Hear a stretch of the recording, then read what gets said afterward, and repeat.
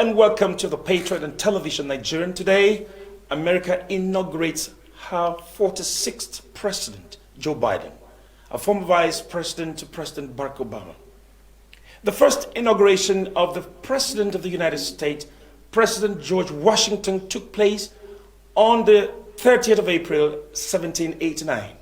All subsequent inaugurations from 1793 until 1933 were held on March the 4th, the day of the year on which the federal government began operations under the United States Constitution in 1789.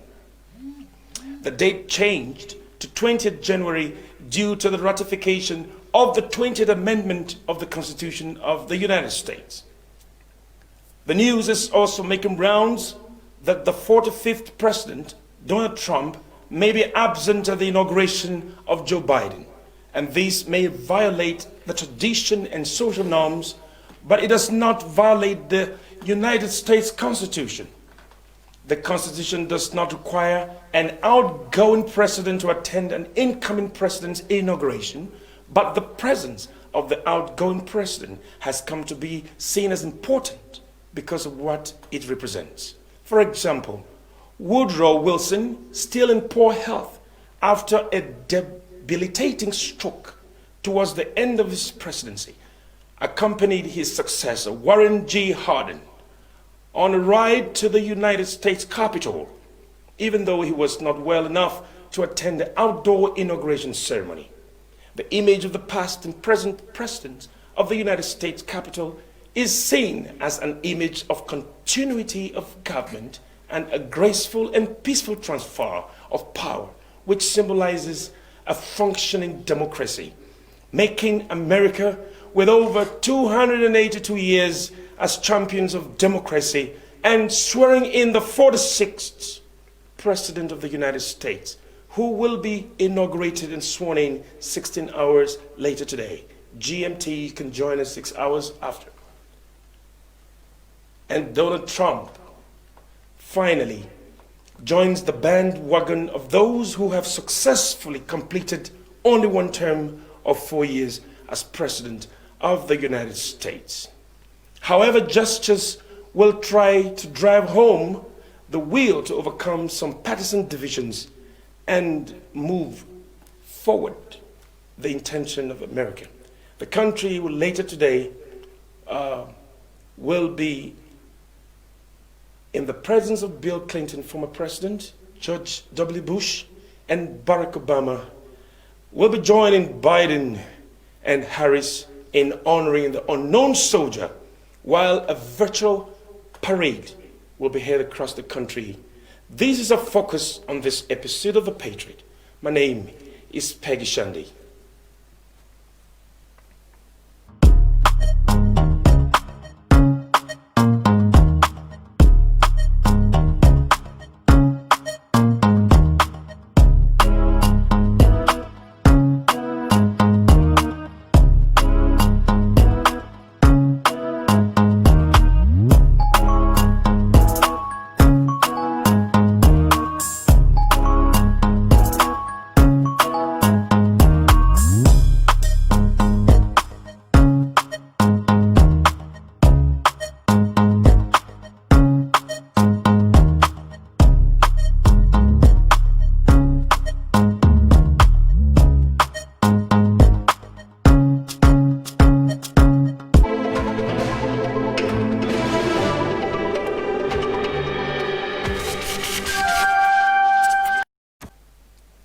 Welcome back and thanks for joining us. This is the Patriot and Television Nigerian, and with me are two very important personalities and media professionals.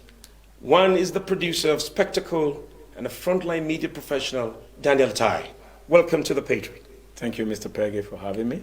I also want to say that we have yet another veteran who knows so much about media and superintends over affairs at the Television Nigerian Media House. And it's none other than Charles Ibe.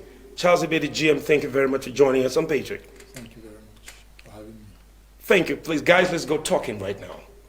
So how do you see What's going on? I begin with Mr. Danatai. All right, talking about the greatest democratic nation on earth, which is the United States of America. The outgoing president, Donald Trump, historic president, I could say, with historic double impeachment. I saw him waving his hands, which means he has accepted defeat at last. However, the world as a whole has recognized from what, or has noticed from what America did under Trump and what Trump did under America, that democracy is somehow not without perfection, without imperfection, I mean. So third world countries in certain areas are even better than what we saw under Donald Trump. Nevertheless, America stood up for their democracy and their constitution and their loyalty to the sovereignty of their nation. They ensured that the rule of law and their constitutional framework comes to work, and that is why the transition is taking place today. Whether with or without Donald J. Trump, the transition for power to Joe Biden and Kamala Harris must take place. And this is the angle I would want to say that yes, America again has demonstrated that yes, their democracy is strong enough beyond just one man, whether you are a president or you are the commander-in-chief. What matters is the Constitution of the United States of America. And that is enough for the world to learn. Thank you very much, Mr. Engineer Dan. Thank you. So I go to Mr. Charles Ibe. Mr. Charles Ibe, you see, finally, Donald Trump has decided to bow out and give way for Biden. In all indications pointing out that Biden is going to be the next president of the United States. Now, looking at the whole situation, and finally today has come, what do you have to say, sir? Well, farewell, Trump. He had no choice. He had to go. Whether he liked it or not, the Americans spoke loud and clear. They went to the polls and they decided, we don't want him anymore for another 4-year term. He resisted and did whatever he thought was within his capacity, both constitutionally and unconstitutionally. And at the end of the day, he has to leave Capitol. He has to leave DC today for a new captain to mount the podium. It was just a test. It was a test for American democracy, and I don't think Americans failed that test. I mean, it wasn't American democracy that failed.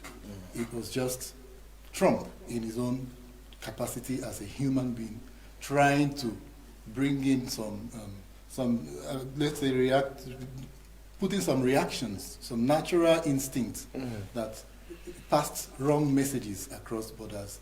And at the end of the day, he is living not as celebrated as he's supposed to be. But that doesn't mean that Trump didn't do well in his presidency.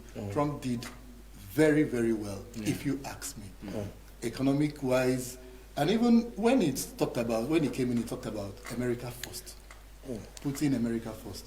But you know something that, don't forget how Trump came into the American presidency. It was a surprise to so many people. He was up against a whole lot of people, the establishment, the media, and all of that didn't like him from day one, and they fought him from day one. There was no love lost between Trump and the American establishment as he had it, and then the media, mainstream American media. That was why he resorted to social media, and he made very good of the social media in his fights against both the mainstream and whatever challenges he had. So most people didn't give Trump a chance. It was a fight all through. And being who he was, he fought all the way to the end. But he had some things going against him. Maybe you can say some natural way temperamental and all issues, of that. But that's all makes Trump an ideal, and that's what makes him Trump. But now I want to find out from you. Do you think that with all the good qualities and the bad qualities all juxtaposed together, there was a transition into having a better economy afterwards in the first place? Economy-wise, Trump did well for America. He tried, like he said, America first. He tried to bring back jobs for Americans and all of that. He was read negatively. Some people saw it differently, that he is being racist, or is being segregated and all of that. But don't forget that America has never been a united country in that way. There has always been white, black. There has always been separatist America.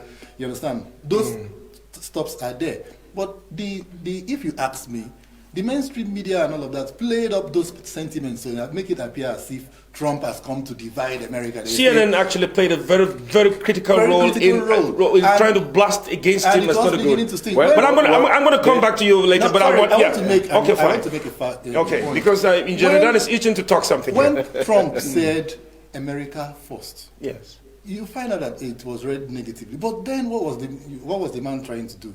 America has always appeared to be the big brother of the whole world. America goes every other place, doing things, taking care of problems, and Trump feels charity should begin at home. You take care of your home front first. And he also wanted so many other countries of the world that are so much dependent on America, go home and settle your home front first. America has to take back American jobs. There were jobs for Americans, healthcare for Americans, and all of that, not excluding the other world, actually, because he still had to do some things in international relations, but he was read negatively. The media painted him black, and he had to react the way he knows best. I mean, the devil may care, Trump. He kept saying and he kept doing what he had to do. But at the end of the day, he didn't get the another 4 years. I think that's what counts. Now, thank you very much, Mr. Charles. You have actually balanced very well, and we have viewers, listening to you very keenly. He was a crazy man, but he also wanted America to understand America first. Thank you very much. So what do you have to talk about? Who are the Americans? That is the question Trump ought to have in mind before the characters he displayed, or the sentiments. If you say he was never trying to divide America on religious line, on racial line, or on social lines, I could say Trump stating that, yes, Americans first is ideal, but who are the Americans? And if we understand perfectly how they became the United States of America, then you will know that they represent the entire world. All races that have been constitutionally binded as citizens of America, whether black, whether red, whether white, whether gray, whether brown, they are the Americans. Even Trump is an immigrant. He was never born as an Indian American, the Native American. He was migrated. His parents are from Austria, or let me say Germany.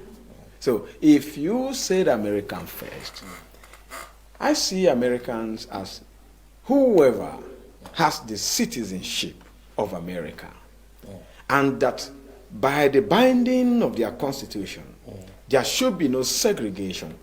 There should be no loyalty or sentiment to segregation, religion, creed, or whatever. But under Trump, we saw those things outplayed. That has never been played before. That has never been played since the past, let me say, 1834. Don't you think he was being patriotic? No, it is not. Some instances. No, I will call. Patriotism has to do with the defense and unity of a country, of a sovereignty, which means there will be no iota of racial bigotry like we saw under Trump. Trump has his own policemen different from the normal civil policemen. Trump has his own frat men different from the normal society of supporters. We saw how they came out, even from the era, the period of Black Lives Matter, when George Floyd was killed, was murdered by a policeman. Under Trump's administration. Under Trump administration. Yes, Trump must have done well by not going to look for war, which is the usual norm of Republican administration. Fighting wars, taking resources from all over. But creating domestic war in the form of domestic terrorism is unconstitutional. Mr. Charles. And it entails that a president has become a domestic terrorist or a breeder of terrorists. Because nobody nobody has ever dreamt that the Capitol will be invaded by supporters of any president. And not as if they went in solidarity peacefully. It was a violent invasion. And the president incited that. The characters of Donald Trump, no doubt, has expressed dictatorial democracy, somebody who is power drunk, who is enthusiastic for nothing. All right. And I can go on and on. So we'll call you later to finish up the rest of it. Just let's, Mr. Charles, go a bit. With all the crazy attitude of Trump, that Engineer Dan is amazing here, and he's going to later tell us more. Doesn't matter if you are going to be crazy, or it matters where you come from, whether you're a racist. He's an Australian American, for God's sake. Australian American. Tell us something about. He's from Germany. If you have something otherwise. Well, I can't remember exactly. That's why I wanted to get some instances where, during the 4 years of Trump administration, Americans were crying, we are marginalized. Blacks are saying we are not getting jobs. Mexicans, or there's a name they call them. I've forgotten the name they call all these immigrants. The Mexicans, all these people of color, are saying we are being segregated. This is Trump, you are not giving us attention. I don't think there was ever any form of that during Trump's administration. You can mention about the Black Lives Matter. Black Lives Matter didn't start with Trump's administration. We've had several cases of whites dealing with blacks long before Trump, even during the Obama era, even before then, during the Clinton time, it has always been there. Like, don't forget I said, America has never been united as in when it comes to race. There's always white, black, even though it might be an undercurrent. I didn't see Trump play it up in any way, or saying I'm against this, I'm against that. Trump was more against outsiders coming into America. He wanted jobs for the Americans. He was putting restrictions to some people that he believes are invaders. Exactly, that are coming to take up American jobs, coming to do stuff, and he was banning some Muslim countries who he believes are fueling terrorism and all of that. He blacklisted a lot of countries. He had problems. Even Nigerians were not allowed access to the United States. Point. But now Biden is allowing us to come into the United States as much as we want to. Can you tell us something about that? No, I will still come to that. It's about saying Trump is a racist. These things are some of the sentiments that were played up by the mainstream media against it. Somebody that they never liked and all of that. So whatever he did, he is always branded. They fought him to the end. I'm not saying Trump is perfect, though. Trump has his own way. And I think everybody has their own, whatever that defines them. Trump is not this kind of Chinese gentleman. And he displayed it from the right onset. And Americans saw it and they liked it. No. Don't forget the fact that, let me finish. Didn't he win the election? Yeah, he won the election. He won the election. Who voted for him? Wasn't it Americans? His election was even... Wait, let me finish my point. It was democratic enough. Let me finish it. You're going to speak next. During the campaigns, Trump, for the first time, as in the first term, when he beat Hillary Clinton, Trump didn't come gentlemanly with a nice word. Trump came hurling insults, calling names, doing stuff. In fact, I kept following the debates and all of that. You see, Trump was wearing down his opponents. In fact, you see them drained after every. So Trump never showed like a nice guy and later turned. He has always been firing on all canisters, like they say, from the beginning. And you always knew the character of Trump. Yet, the Americans voted him. You understand? And even at this second election, the same Americans decided to vote him out. He's on record that he has no Democrat, no Republican candidate has gotten the number of votes that Trump has ever got in any of the American elections. So Trump was never a terrorist, like he was saying he was a terrorist terrorizing people, aside from the case at the Capitol. You understand? And you know, he believed Trump is a fighter that never gives up until it is all over. What did he do? He called for rally. Rallies are not unconstitutional in American democracy. It is allowed. If not, there wouldn't have been any rally. And he said, come and defend your votes. Come and protest that you, especially those who had issues against the elections. You understand? He did not ask anybody to break into the Capitol. No, he said he should fight like hell. Fight like hell means now, what? I'm coming. I will define certain things. You define when it comes to your turn. Now, there are high points and there are low points.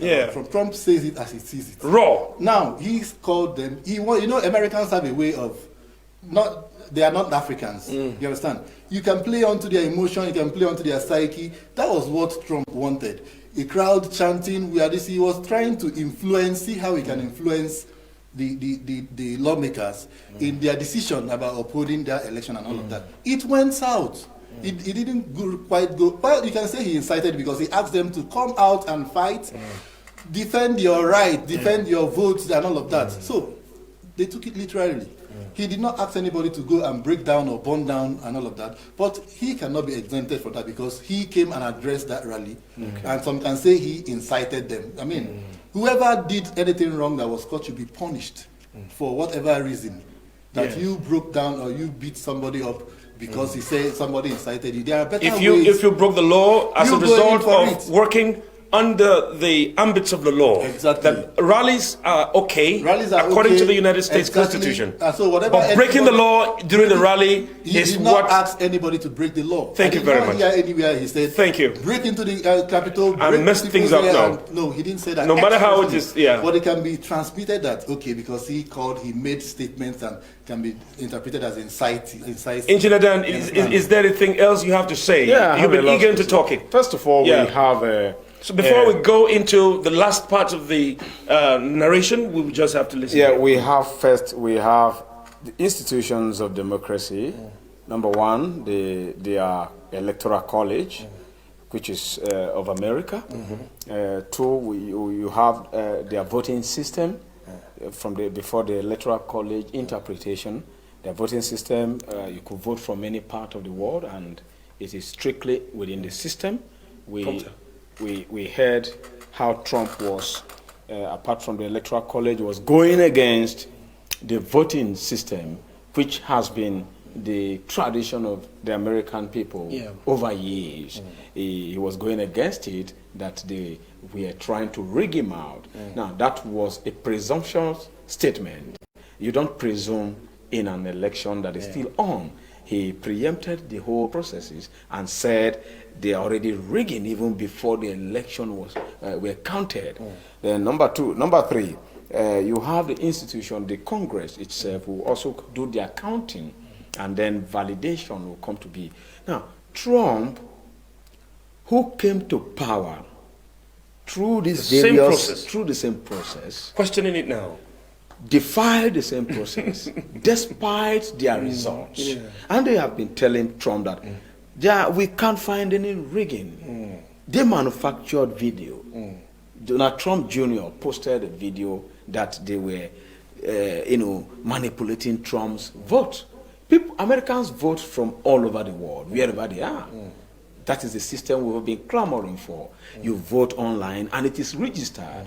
Now, Trump also was even calling, apart from the mayor and the head of electoral college also in some of the states like Georgia, Illinois, and so on, that it seems that they removed the machine, the engine that counts them. So why should the president if you haven't been part of that kind of rigging, what was suspected that he did before he came to power with Russia, that is the same thing he is assuming, that they did to him. But he still had ties with the Russian government. No, apart from that, let me even learn. This time, this whole process, use the same process? When he said he don't believe in those processes, he went on to the court, which is another institution of democracy, according to what they taught us. It is the same America that taught us this democracy that we are practicing, even though we know that it originated from Greece. Yes. Now, if the court, not one, not two, said you did not win, your evidence are not genuine, you still went on to fight against the system. And now on the day that the Congress is supposed to sit and count the vote, you now hold your rally and then asking people, your supporters, to fight like hell. How do you fight in the American system? You fight within the ambit of the institutions. And the institutions have deferred all your antics and said this thing is not so. Mr. Charles said that he's a man who fights till the end. Now today, the end of the fight has come. That is the end of the fight. Yes. When you fight dirty and unconstitutionally. He did not fight unconstitutionally. He fought unconstitutionally. Like I mentioned four institutions that he defined. He attended the court. He also went to the Congress. And he lost from the court. He was still moving. You lost from the election. You lost in the electoral college. And now you are about to lose the final validation, which is from the Congress. You ask people to go and fight like hell. You should think very well. It's not as if I did not recognize Trump, that Trump has not done certain things. Okay, we're going to come back to you guys. It's one hell of a president that is unbecoming the president of the United States of America. Today he exits, he bows out for Biden. So Goodbye we go back to rubbish. Now we are going to say many scholars believe that the most important lies of Donald Trump differ significantly from previous presidential lies. Other presidents have lied for a variety of reasons, from legitimate lies concerning national security to trivial misstatements, to shading the truth, to avoiding embarrassment, to serious lies of policy deception. The paper that the scholars have presented distinguishes four types of lies of Donald Trump.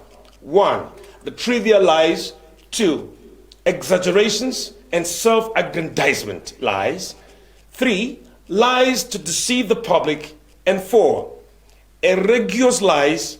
It then analyzes the consequences of lies with respect to misinformation encoding and the relationship of lies to loyalty and power. The most serious lies of Donald Trump were egregious false statements that were demonstrably contrary to well-known facts. The paper concludes that these lies were detrimental to the democratic process and that his continued adherence to demonstrably false statements undermined Enlightenment epistemology and corroded the premise of liberal democracy. Please, can you tell us a little more about this lies thing? And scholars are writing about lies and stuff. I'll begin with Mr. Charles, please. You seem to love Mr. Donald Trump so much. Today he's leaving, he's going out, but please tell us something about the lies. Well, I'm not an American. I've never been to America. It's apart from what we see on the media and all of that. I've never met Trump. Loving him or not is not. It doesn't come into. I never even had an opportunity to vote or not to vote for Trump. But it's just from what we see, what we hear, and some sentiments that are passed around. Well, lies are is a natural way of. It's part of human nature. Part of politicians. No, human nature first. Lies are not manufactured from the moon. It comes from within. And then when you lie, you have several reasons for lying. And when it comes to politics, politicians have been known to be the greatest liars ever. I don't know if there is any other person that can, because they can see white and tell you this is black and go ahead to the court and win you. And there is nothing else you can do because they'll be backed by constitution or one code or to defend themselves. And then that is from the African perspective. Everywhere, even in America. So I don't know about lies, about Donald Trump lying or not lying, lies coming to work against him. I mean, the bottom line is that Americans decided we don't want any more of Donald Trump. It's unfortunate that we had the January 6th issue. If not, that is the only blight, and that is the only leeway that even the Democrats saw that they have ever wanted to nail this man right from day one. Don't forget that even when Trump won the election, it was riots all over America. Yes. Even during the swearing, there were riots in several cities, not our president and all that. People seem to forget that. So it wasn't as if... they did that because of the law for Clinton. Because Clinton, exactly. So now not Hillary Clinton. Not just the law. People didn't like him when he came in. Yeah. And when he was there, some people still developed love for him. He had people that loved him before, during, and now. That he's even leaving. Even when he leaves, there are still people that are going to love Donald Trump, no matter how people say terrorist or try to name him or whatever. I don't think it applies. And I strongly believe the American Senate has far more serious issues to engage themselves with than going ahead talking about impeachment and all of that. The man has done, he has gone. How old is he? And they say you're going to ban him from public office. Which other office is he going to run for? I mean... I want them to play that break, and let's have 1 or 2 minutes break of that clip so that we can continue with this discussion, please.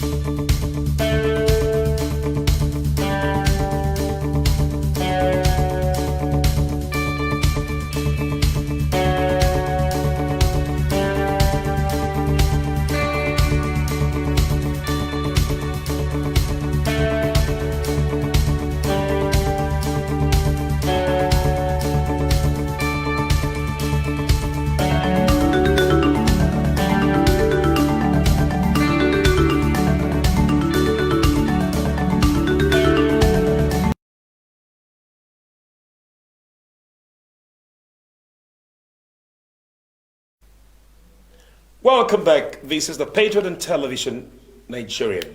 Isn't that Yeah. lies? Well, Are you a politician too? Are you a liar? Yeah, I am not a liar. I am trying as much as possible to bring decency into politics, though very, very uneasy in this part of the world. But someday, characters and what you believe, the ideology you conceived and practice over time becomes a norm for people to learn from you.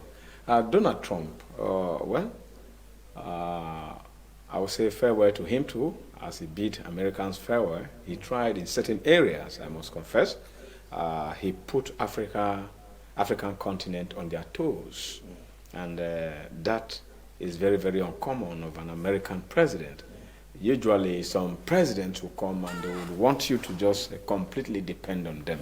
Economically, he made African leaders to see that they could depend on themselves and that America was not going to give them a dime for assistance. But he still gave aid to some part of the African countries, no doubt. He also changed some social norms, these crazy norms of the gay family, the lesbian, the whatever, he said the abortion laws and so on. He said no, it is unhuman. And you see the Catholic faith over there, they endorsed his policy, and that is kudos to him for regarding human.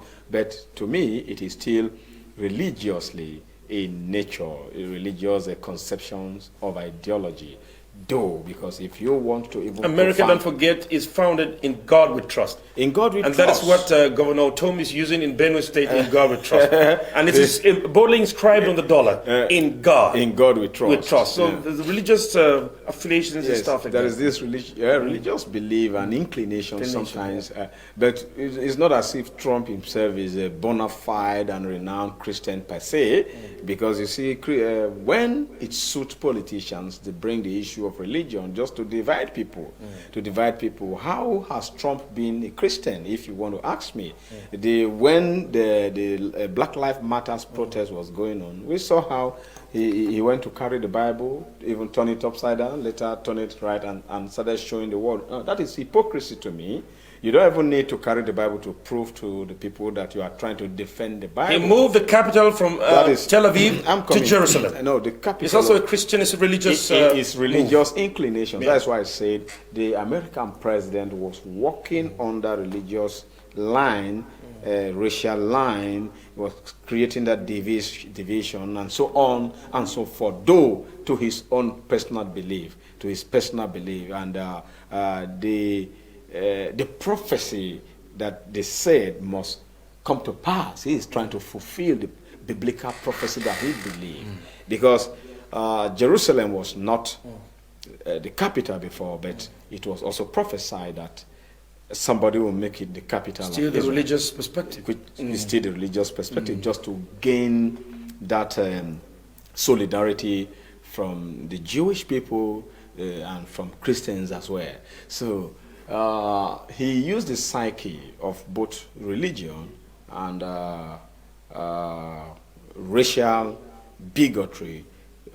In the American side, he gave the white supremacy the power to a kind of do as you want, if you observe. The policemen were never, the policemen, are those the lies that you wanted to mention? No, not only the scholars are saying lies. The scholars may tagging all politicians as liars. You see, hypocrisy has lies in itself lies more than the normal spoken lies. When somebody is a hypocrite, it's a liar. You pretend to be what you're not. You are not. What you say you do is different. What you say you do is different from what you do. You understand? So that is hypocrisy, and it is not good for people, politicians, to be hypocrites. If you want to be a president of a great country like America, you have to be emphatic. You have to be decisive. You have to be visionary. You have to be positively ideological, so that when you speak, okay, look at Barack Obama, for instance. Though he might have some fragment in his policies and so on, but look at how a president would talk and do. At least, even if you cannot attain all what you have said, people should see you. You should be seen as pursuing this. Yes, thank you. Do you think, Mr. Charles, I'm coming to you. I want you to talk to me about something. Do you think Joe Biden was the vice president to Barack Obama? He was the vice president. And now today he's the president of the United States. And today is the president. I want to tell you that in 1885 and 1889, Grover Cleveland was the president, and he was succeeded by Benjamin Harrison. Okay. In the following election year, in 1889 to 1893, the same Benjamin Harrison succeeded Grover Cleveland. Okay. Something happened.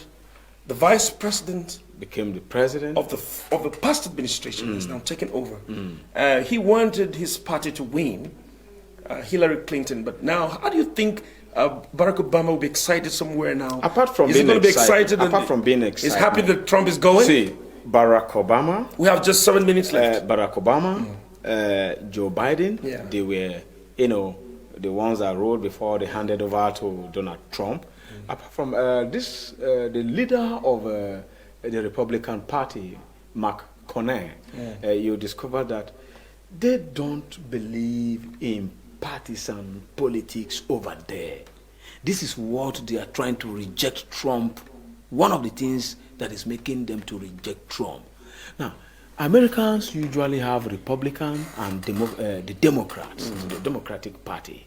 But Americans want superior argument of political blueprint in ideologies. What you put before the people, superior argument. And that is why they normally have debate, presidential debate, so that the press, the media, which is the fourth estate of the RM, would hold them accountable to what they postulated before the public. But Trump always been embarrassed or harassing people.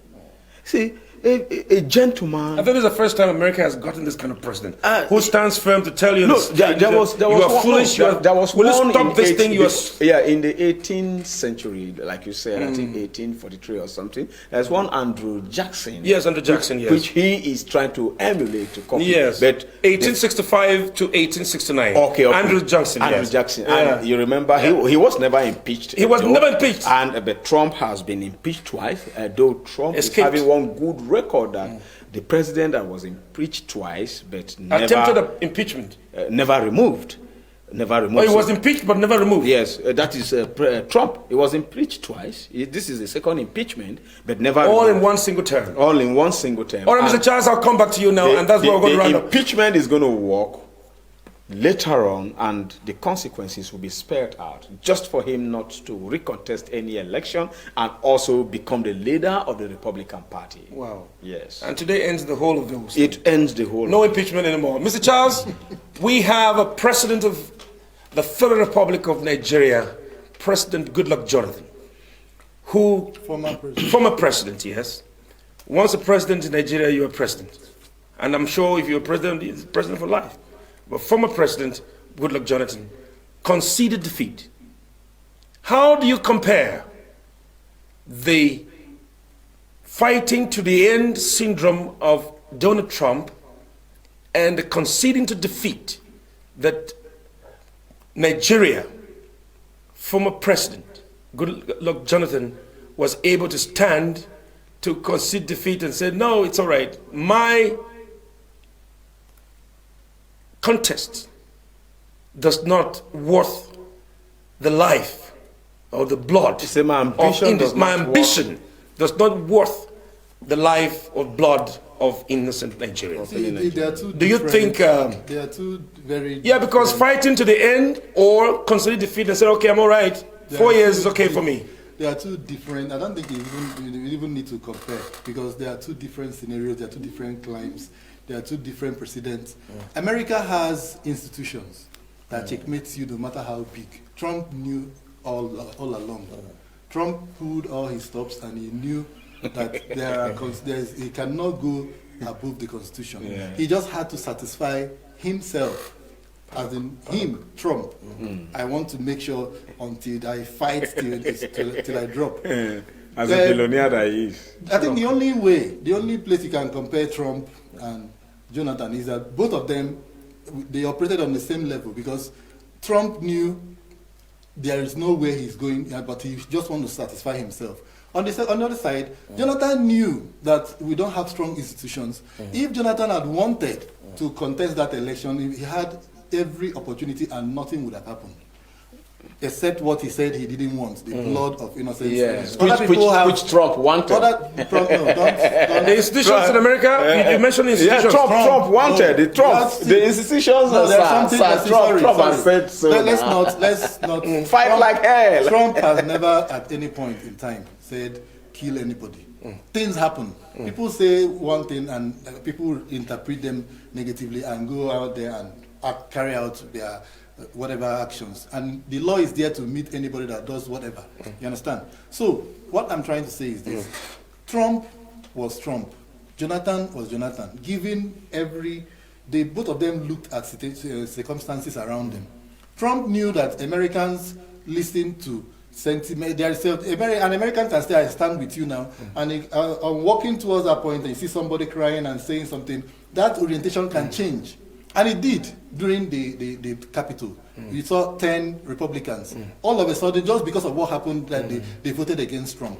But before then, they were strong. That was the sentiment Trump was trying to play on. because he understood his people. To win sympathy. Exactly.